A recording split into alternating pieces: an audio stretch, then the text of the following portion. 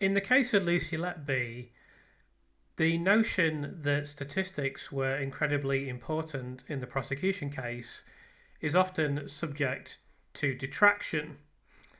In this video, we're going to assess whether or not that detraction is accurate and, indeed, the extent to which statistics played a major role.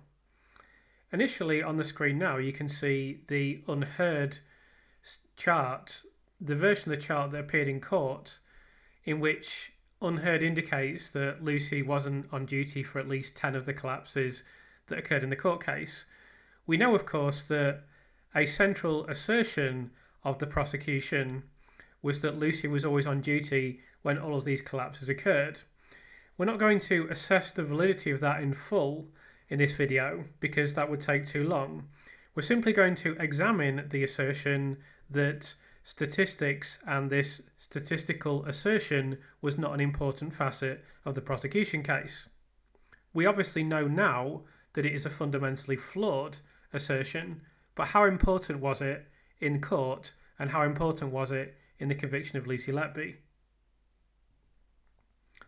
So this is the very beginning of the court case. This is literally the first thing that the prosecution said in court. The judge on the first day of proceedings made some instructions to the court, and then he gave the floor to Nick Johnson, who was the prosecuting barrister. At 12:51 p.m, Nick Johnson made his first statement, which is just simply saying everyone should be aware of the City of Chester and its busy general hospital. It includes a neonatal unit. It's a hospital like so many others, but there was a poisoner at work. That was his first paragraph of speech. And then he said at 12:52 p.m, literally the first constructive point that he made in the entire court case, the statistics of the mortality rate were comparable prior to January 2015, but there was a significant rise in the number of babies dying or having catastrophic collapses. This rise was noticed, and the concern was the babies had died unexpectedly, and when babies collapsed, they did not respond to sufficient resuscitation. So this was immediately, we know this anyway, this is in no way contentious, but it was what the consultants on the unit, particularly Dr. Stephen Breary and to a slightly lesser extent Dr. Ravi Jairam, believed to be a statistically unlikely or statistically unusual spike in mortality and spike in collapses on the unit. That was the entire foundation of the case being referred to the police. And indeed, as we know from previous videos, the case was referred to the police with no evidence other than this statistical coincidence. And that is the argument that the prosecution has lent on immediately, literally at the beginning of the trial. So this statement here goes on to expand on that initial introduction of the concept by talking about Dr. Breary indicating that each time there was a collapse, it supposedly became more statistically improbable. So that just underlines the fact that there was a statistical assumption at the heart of this referral to the police in the first place. And that's the first of two ways in which statistics are incredibly important in the case of Lucy Letby. And as we'll see in this video, they were central to the prosecution case. So this was really one of these central contentions of the prosecution, that Lucy was present for all 24 incidents that were listed in the court case between 2015 and 2016. Not only is that important, but actually without that you don't have a suspect. It's impossible to say Lucy Letby has done anything.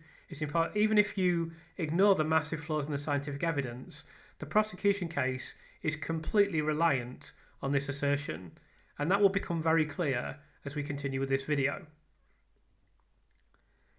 So this isn't a further, we're still on the first day of the court case, I should emphasise. This is a further statement on that first day that consultants noted there was one common denominator, the presence of neonatal nurse Lucy Letby. So that is a comment about her statistical appearance in these cases, and that's how the consultants came to the conclusion that Lucy Letby was guilty. It wasn't because they saw anything. It wasn't because there was anything wrong in her practice. It wasn't because they could they could cite specific medical evidence that they were able to pass on to the police. It was just purely Lucy Letby was there. She seemed to be there a lot, and that was just purely an argument of statistical coincidence. And that is the entire foundation of why this court case occurred. And the prosecution is arguing this on the very first day of the court case, minutes. This is just 3-4 minutes now into the opening comments on the opening day of the court case. So we're still on the first day of the court case now. So we're at 2:21 p.m. So we're about approximately an hour and a half into this opening statement. And again, Mr. Johnson says, but the constant presence at all these events was Lucy Letby. So again, it's just simply the statistical coincidence that Lucy Letby was present. Because of this, Mr. Johnson made the assertion that it's a process of elimination. So when we talk about a process of elimination, it might be worthwhile to examine this concept. So a process of elimination is the act of considering and rejecting each possible choice until only one is left. So in this case, the problem is that we know the process of elimination was inadequate because we know an absolute ton of medical explanations were never eliminated.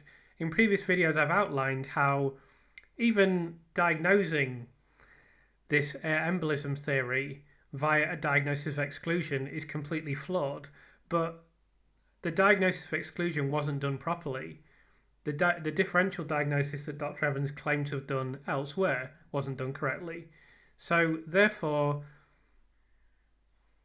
other explanations for what occurred on the unit were never eliminated. And certainly, we've already heard from Nick Johnson that Lucy Letby was fingered by the consultants. The consultants just basically said, oh, she's around a lot of the time, so therefore we suspect her. So it wasn't that they eliminated all other possible factors. They settled on Lucy Letby very early on, and then they fingered her, then they reported her to the police entirely on that basis. So in fact, there was no process of elimination here. Just what happened was Lucy Letby was treated as the sole suspect, and then Dr. Evans has kind of fiddled around with the cases for 5 years trying to put together some sort of case in which she can be shown to be solely guilty, although he had to even move around incidents, events, and explanations even during the court case. So a process of elimination that genuinely eliminated any possible explanation other than Lucy Letby may have been legitimate. This was not a legitimate process of elimination. So then later in the court case, we see Johnson again citing this process of elimination, this time to say that Lucy Letby was in room 1. So this kind of begins the it's always Lucy theory, as I've described it, in which they constantly make references to Lucy's presence as being critical. And that will then lead us into another series of assertions related to coincidence. But first of all, let's look at the presence theory, or the it's always Lucy theory, as I've described it. So this is the first one. So first of all, the prosecution here is saying there is no plausible alternative to air injection. So that relies on what they've stated previously, that it's a process of elimination. But to say that there's no plausible alternative is, as we know, is utterly flawed. But then it goes on to talk about the fact that it happened in 2 cases just over 24 hours apart shows that these were no accidents. Of course, these are twins as well, suffering with antiphospholipid syndrome through the mother. Lucy Letby was the only person present with child A at the time he collapsed and was in the room when the same happened to child B. We also say that you're entitled to look at the evidence of what happened to child A and B in the context of 1, what Lucy Letby did to other children, and 2, most starkly, her having poisoned 2 other children with insulin. So this is the beginning of saying, oh look, if you're not convinced, look at all these other cases that we've got. So this is the beginning of the statistical presence of Lucy Letby being significant.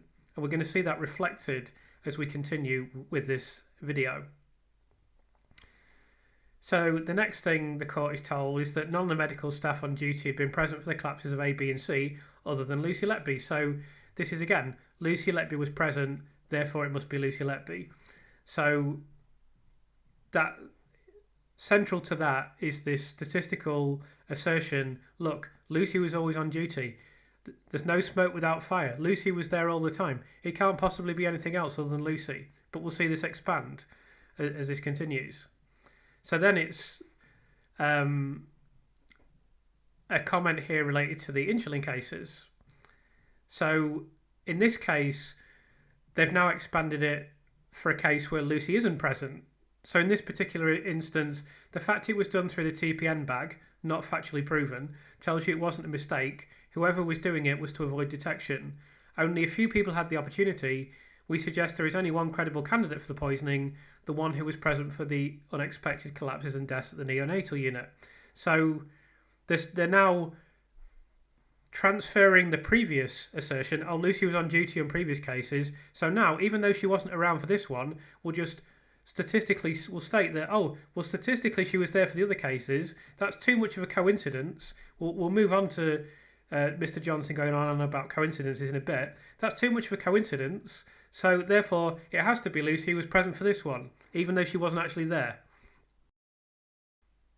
So then the prosecution then cite that children A to D were not expected to have serious problems. An incredible assertion given what we know about child C and child D. And even the clinical picture of child A and child B was far from perfect, but in those cases, particularly child A, major mistakes were made. Only one of them survived. And, of course, only Lucy Letby was the constant present, so naturally she can be blamed for everything. And then they expand it out to all the collapses in children A to E. So during this early part of the court case, we saw the prosecution assert that, oh look, Lucy Letby was on duty for all of these collapses. So it is the statistical assertion that Lucy was always on duty. Lucy was always on duty. So therefore we know statistically that it has to be her that committed all these crimes. And that was absolutely central. This chart that they held up at the start was cited over and over again, but particularly in these early parts of the court case when they were establishing, oh, it could only possibly have been Lucy that did all this. Then, with regard to child K, we see Dr. Jairam referring to him noticing the coincidence between the unexplained deaths and serious collapses and the presence of Lucy Letby. So this is merging another concept that we're going to go into, coincidence and the presence of Lucy. So again, just merely the presence of Lucy means that a crime has been committed. Obviously, we know in the case of child K that this is a particularly ridiculous assertion in which there's literally no evidence whatsoever, and it is just based on the eyewitness testimony of Dr. Jairam, and the eyewitness testimony is now looking pretty dubious considering that there's an email which indicates that he gave a completely different version of events previously. So eventually the defence speak and they note, for example on this occasion, that the time of Letby's presence has itself become an explanation for the deterioration. And this is an important point because essentially what we see in this court case is things being moved around so that Lucy Letby's presence can become an explanation for what has occurred, exactly what is described there. And I know this from speaking to several statisticians, that the chart that's been produced in court has to have been produced working backwards, not forwards. It's not that they looked at suspicious incidents and then produced the chart, it's they had to have worked backwards. That's just simply statistical fact based on the opinion of numerous statisticians. Now, that's why they're all saying that the chart is absolute trash. Now, that's fine. So what detractors will say is, oh, the chart wasn't even important in the case. But in fact, as we'll see, it's the chart and the statistical coincidence that is cited in relation to the chart is actually cited as evidence in regard to virtually every infant in the court case. So we're going to move on to talking about coincidences now. So here we have Mr. Johnson talking about Lucy Letby searching for the mum of child H. And he describes this as more than an innocent coincidence that once child H was moved out the Chester Hospital, she had no further problems. Of course, it's not. You cannot possibly say that it's more than an innocent coincidence. There's absolutely no basis for that whatsoever. There's no evidential basis for that. But what the prosecution have attempted to do is create this case around statistical coincidence, and then they just start going crazy and citing coincidences in relation to everything. So again, this is relation to child E and F, child L and M being similar. Even though they're twins, they're not actually similar. That's a rubbish assertion. Then he says, we suggest that coincidences like that simply do not happen innocently.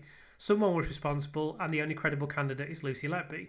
So I'm not going to continue to explain these assertions because they're all very similar from now on. Mr. Johnson tells the court, as with all these cases, it is the coincidence of problems happening when Lucy Letby was about and the coincidence of the same problems happening with different babies at different times, which we suggest is so telling and indicates that it was her malign hand at work. Then he says, Mr. Johnson says there is a constellation of coincidences that can make the jury sure child C did not die of natural causes and that Lucy Letby killed him. Then we're talking about child I and child P here. It is not an innocent coincidence, Nick Johnson says. Then we move on to child G. This was a child that collapsed seemingly rapidly or seemingly in an unexpected fashion, even though child G was extremely premature and had collapsed several times previously. So Mr. Johnson describes this as an odd coincidence to happen in life, but do you believe in coincidences in this? Then Mr. Johnson goes on to cross-examine Lucy Letby on child G and says, it's not an innocent coincidence that child G deteriorated one after being fed by her. And an hour after being fed. Let's be clear on that. And Lucy Letby says, yes, it is. And then with regard to child H, the prosecution is now claiming that there were suboptimal care and challenges, but because Lucy Letby was present when other collapses occurred, they should just completely ignore that and focus on this coincidence instead. And then in the case of child K, the prosecution says the coincidence between Letby's presence and child K's desaturation is not an innocent one. So, of course, again, in this particular case, there's no evidence at all. You're just purely citing this statistical coincidence and no other evidence, because there is no other evidence. And then this is child L.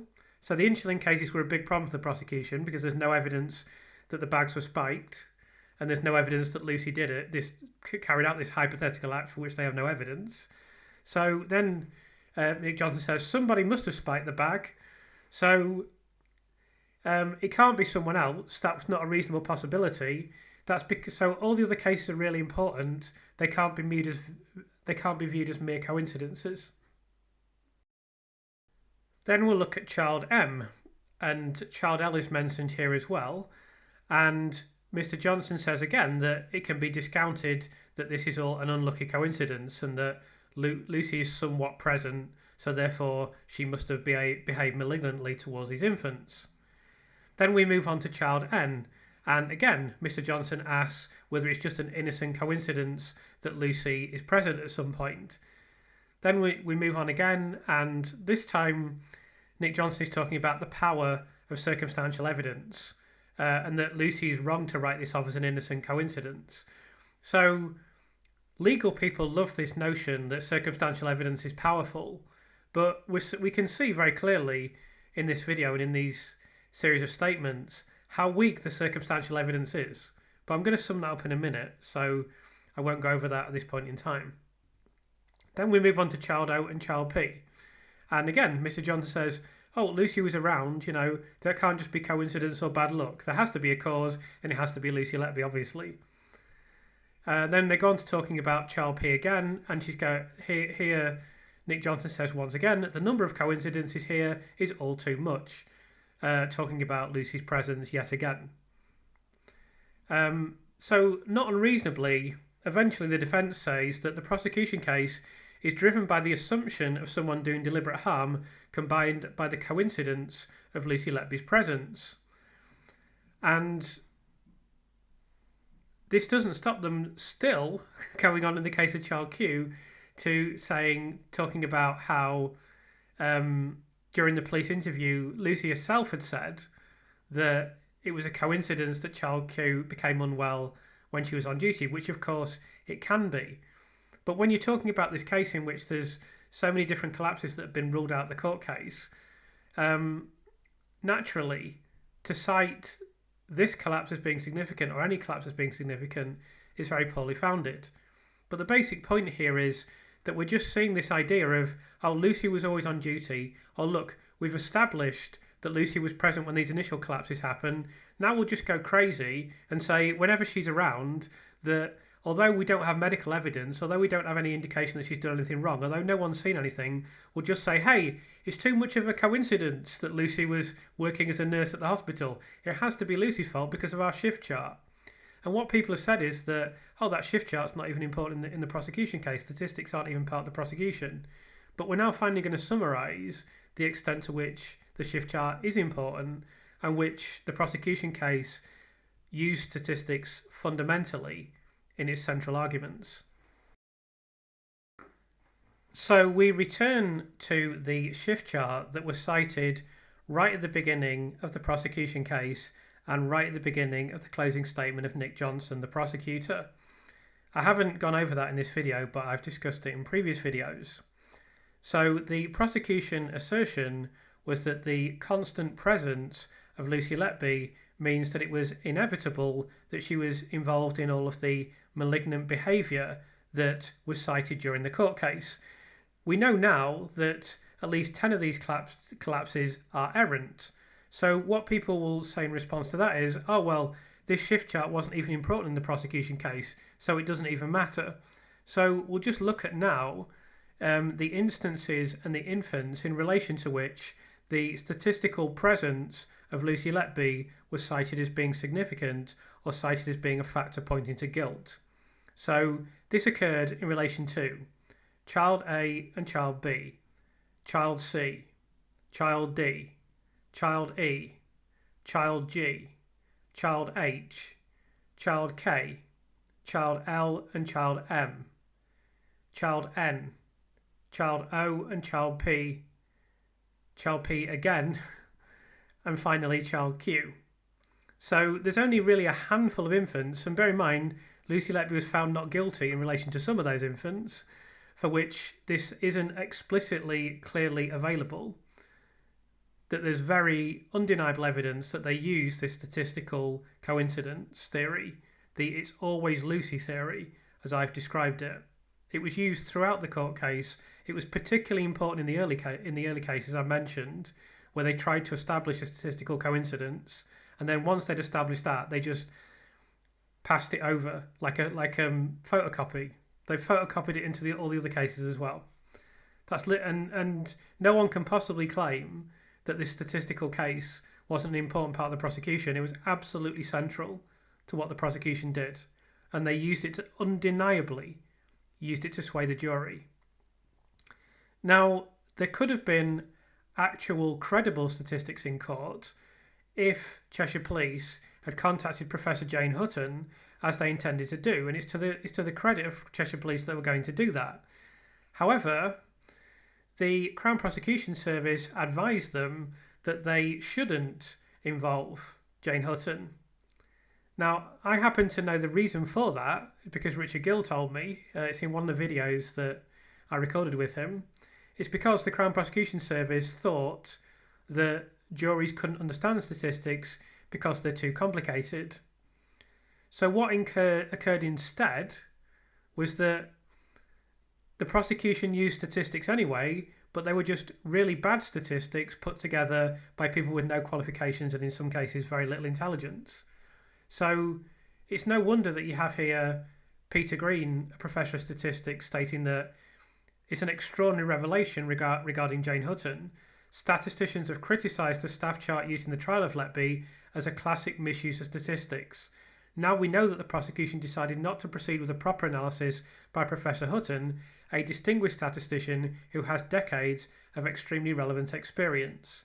Not only do we know, as Professor Green has stated here, that the shift chart is a classic misuse of statistics, we also know the extent to which these statistics were misused, and it was almost in blanket fashion across the court case as a whole.